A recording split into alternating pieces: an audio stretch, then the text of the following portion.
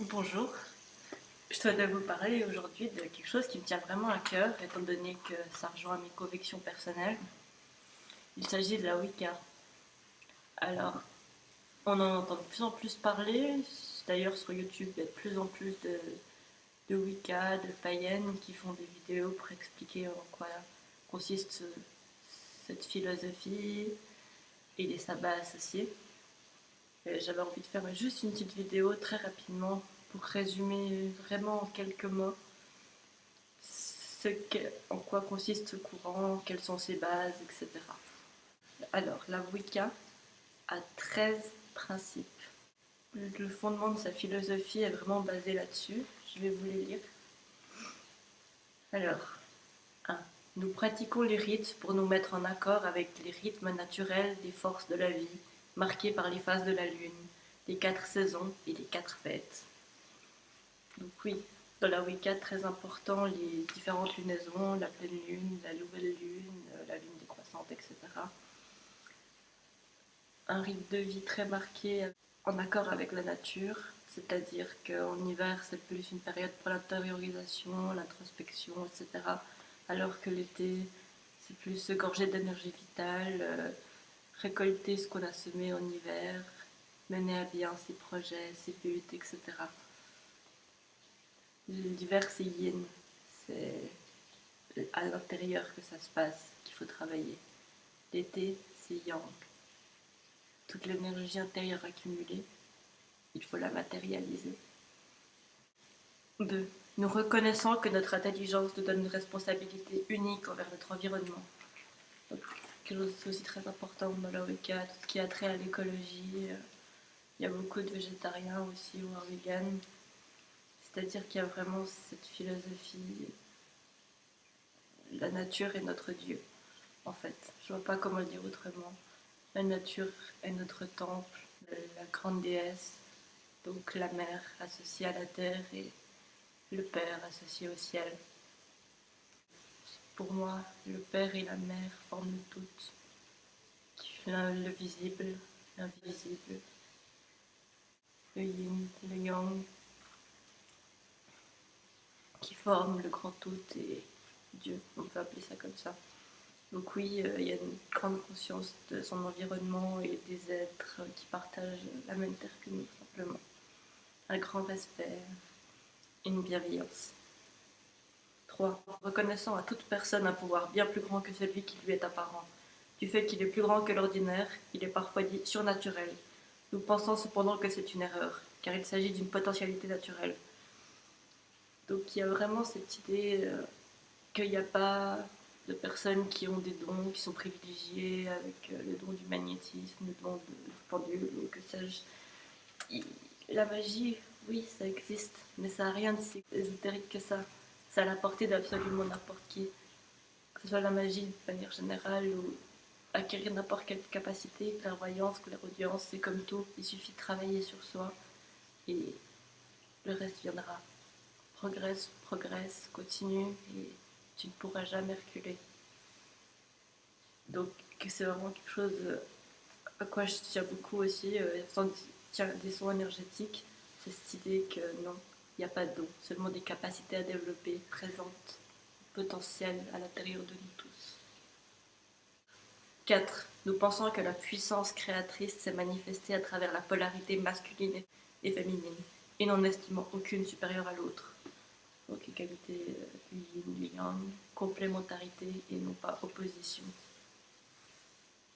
Nous reconnaissons à la fois le monde extérieur et le monde intérieur. Nous reconnaissons l'existence d'une interaction entre ces deux dimensions. En conséquence, nous n'en négligeons aucune et considérons le monde dans sa totalité. Donc là encore, l'invisible et l'invisible, ce qui est à l'intérieur de nous, ce qui est à l'extérieur. Concrètement, il n'y a aucune barrière, tout est lié. Tout est interrelié, interdépendant, etc. 6. Nous ne reconnaissons aucune autorité hiérarchique, mais honorons ceux qui enseignent. C'est-à-dire qu'il n'y a pas de dogme, pardon pour mes chiens qui aboient, il n'y a pas de dogme comme il y aurait dans une religion, par exemple, où tel courant de pensée. Bien sûr, il y a ses principes, il y a des bases, mais c'est vraiment cette idée qu'il n'y a pas de doctrine et que chacun est libre de penser ce qu'il veut et que tout le monde a quelque chose à nous apprendre. N'importe qui peut être notre maître. La personne que tu croises dans la rue, à qui tu demandes une clope, l'heure ou n'importe quoi, que tu croises dans le train, ou ton voisin, ta mère, ton ennemi, absolument chaque personne a quelque chose à t'apprendre dans ce monde. Nous croyons que la religion, la magie et la sagesse sont trois expressions d'une même voix que nous rencontrons dans la façon de voir le monde et la philosophie de vie que nous appelons le paganisme. Donc, religion, magie, sagesse, tout est interrelié dans la vie quotidienne. Donc là, il y a le mot religion, mais c'est vrai que la Wicca, c'est comme le bouddhisme, c'est pas une religion à part entière, c'est plus un courant de pensée, une philosophie de vie, etc. S'enorgueillir du titre de païen, sorcière ou mage ne rend pas tel, pas plus que l'hérédité, l'accumulation de titres, de degrés ou d'initiation. Un Wicca cherche à contrôler les forces présentes en lui ou en elle. Il fait son possible pour vivre avec sagesse, sans faire de tort aux autres et en harmonie avec la nature. Donc là, il y a vraiment cette idée que j'apprécie beaucoup aussi, c'est que qu'importe tes titres, qu'importe ton âge, qu'importe ta religion, qu'importe tout, tu peux t'appeler tout ce que tu veux, mettre toutes les étiquettes que tu veux, ça n'a aucune importance. C'est pas ça qui définit ce que tu es réellement, ce que tu fais réellement de tes actes et de ton énergie. Comme on dit, on reconnaît l'arbre aux fruits qui poussent sur lui. Donc ce qui compte, c'est les actions et pas les titres que tu peux te donner ou ce que tu peux dire de toi-même. Tout ce qui compte, c'est de, je cite, chercher à contrôler les forces présentes en soi et faire son possible pour vivre avec sagesse, sans faire de mal aux autres. Donc toujours cette idée de bienveillance, que chacun est responsable de ses actes. Nous croyons à la réalisation de la vie, à l'évolution, au développement de la conscience éclairant notre compréhension de l'univers, ainsi qu'au rôle personnel que nous tenons en son sein. Donc, comme a dit Gandhi, changer le monde commence par se changer soi-même. Donc, c'est ce que ça sous-entend. Notre but en tant qu'humain est d'évoluer, évoluer toujours jusqu'à la dernière seconde et prendre des décisions, en assumer les responsabilités, le libre arbitre toujours. Notre seule animosité envers le christianisme ou envers toute autre religion ou philosophie de vie repose sur leur prétention à être la seule voie, cherchant ainsi à dénier la liberté de pratique et de croyance. Donc en gros, tu peux être bouddhiste, tu peux être chrétien, païen, ce que tu veux. C'est pas l'important. Tout ce qui importe, c'est que tu laisses les autres vivre en adéquation avec leur choix de vie, avec leur religion, leur courant de pensée. Toi, tu fais ton truc dans ton coin, tu fais ton possible pour faire le moins de mal possible, les autres, ils en font le même. C'est tout ce qui compte. De toute façon, toutes les religions sont les mêmes au final. Chacune a un chemin différent, mais tous les chemins se rejoignent et enseignent la même sagesse fondamentale. Nous ne nous sentons et ne sommes plus menacés par les débats autour de l'histoire de l'art ou la légitimité de nos traditions. Nous nous sentons essentiellement concernés par notre présent et notre futur. Ça fait référence à l'Inquisition, au débat qu'il y a eu sur la magie, qu'il y a autour de la Wicca. Forcément, on est vu comme des sorciers, des mages noirs, etc. Donc l'art, le craft, ça fait référence à la magie. Et ce principe, il est là pour insinuer que le passé n'a plus d'importance. Seul compte le présent et ce qu'on en fait, puisqu'il donnera l'avenir. Et qu'à présent, nous sommes libres de penser ce que nous voulons, de faire ce que nous voulons. Et c'est tant mieux ainsi. Nous n'acceptons pas le concept de mal absolu, pas plus que nous ne vénérons une entité connue comme étant Satan ou le diable, tel qu'il est défini dans la tradition populaire. Donc non, pour les Wicca, il n'y a pas le bien, le mal, le Dieu, Satan, non. Chaque chose a des côtés positifs et négatifs, des conséquences qu'il faut supporter, qu'on percevra soit comme bien, soit comme mal, selon le moment, selon la personne. De toute façon, chaque chose qui existe a son contraire, mais rien n'est tout blanc, rien n'est tout noir. le diable n'existe pas, ou alors il est en chaque chose et en chacun de nous. Comme elle dit Elisabeth Kubler-Ross, il y a un Gandhi et un Hitler qui sommeillent en chacun de nous. Tout est question de circonstances. Donc non, il n'y a pas de diable. Pourquoi toi? Il n'y a pas le diable qui vient nous porter, non. Nous sommes un être entier avec nos zones d'ombre, notre libre arbitre. Nous avons en nous Gandhi et Hitler. Salut toi. Salut, tu veux dire bonjour à la caméra? Dire bonjour.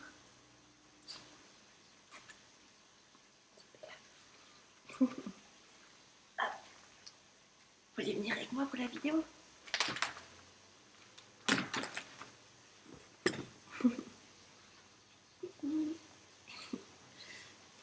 Nous croyons que nous devons rechercher dans la nature ce qui contribue à notre santé et à notre bien-être. Donc tout simplement utiliser autant que se peut les médecines alternatives et naturelles telles que l'aromathérapie, la phytothérapie, etc. C'est-à-dire que nous venons de la nature et tout ce qui peut nous soigner, une grande partie, est présente en elle. Donc utiliser autant que possible des choses naturelles au quotidien. Donc pas seulement les médicaments, mais aussi l'alimentation, les produits d'entretien, des cosmétiques. Donc ça rejoint à la naturopathie. Le Rede Wiccan, c'est aussi une sorte de texte qui résume la façon de voir les choses, qui est aussi un texte de base de cette philosophie de vie. Généralement, on rencontre juste sous cette phrase « Tant que nul ne lésé, fais ce qu'il te plaît ». Ça, c'est le Rede Wiccan résumé. C'est la philosophie de vie principale. Tant que tu ne fais de mal à personne, tu fais bien ce que tu veux. Donc, ce ne sont pas des choses à prendre comme des commandements ultimes, genre les 10 commandements de Dieu. Le Rede et les 13 principes sont plutôt à voir comme des conseils en fait. Donc Wicca, le mot utilisé pour la première fois par Gerald Gardner vers 1950. Ça vient de Wiccacraft, qui veut dire sorcellerie ou l'art des sages. Donc, concernant les croyances, c'est la croyance en un tout, divisé en la mère et le père, en la grande déesse et le grand cornu. D'ailleurs, je vais vous montrer leur présentation. C'est le symbole de la grande déesse, avec les 3 facettes de la femme, la Vierge, la mère et l'épouse, la vieille sage. Et ça, c'est le grand cornu, le grand Dieu. Donc qui représente la mer, la terre et le père, le ciel, tout simplement. La roue de l'année, il y a donc 4 sabbats majeurs et 4 sabbats mineurs. Donc je l'ai fait à l'arrache, mais c'est la roue de l'année. Elle comporte 13 lunes et 8 fêtes qu'on appelle les sabbats. Elles sont rythmées par le rythme de la nature et le cycle solaire et lunaire. Les sabbats mineurs, c'est les solstices et les équinoxes. Et les sabbats majeurs, c'est les anciennes fêtes que les Celtes célébraient pour fêter des étapes importantes de l'année. La première, c'est Samhain, le 31 octobre, qui est le Nouvel An païen.